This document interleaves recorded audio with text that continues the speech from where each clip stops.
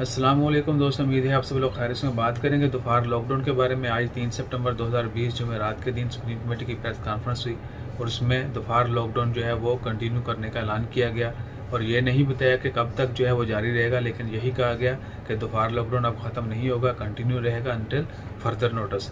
अगले ऐलान तक जो है दोपहर लॉकडाउन एज इट रहेगा, सलाला जो है वो बंद रहेगा।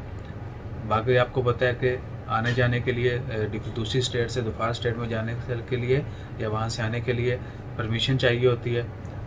सो उस परमिशन लेके जो है आप जा सकते हैं। इंशाल्लाह खैर दुआ करें अल्लाह ताला जल्द से जल्द जो है हालात नॉर्मल करे और तमाम चीज़ें जो हैं वो एज इट हो जाएं जिस तरह पहले थी। और एयरपोर्ट्स ओपनिंग के मतलब खसूसी दुआ करें, क्योंकि अब तो दुआ की ज़रूरत है। आज ये कह तो दिया गया कि अगले मीटिंग तक जो है वो फैसला मुखर कर दिया, अगली मीटिंग में डिसाइड होगा एयरपोर्ट ओपन होंगे या नहीं ओपन होंगे। सो इंशाल्लाह खैर अपना ख्याल रखें, दुआ में याद रखें। जज़ाकल्लाह, अल्लाह हाफिज़।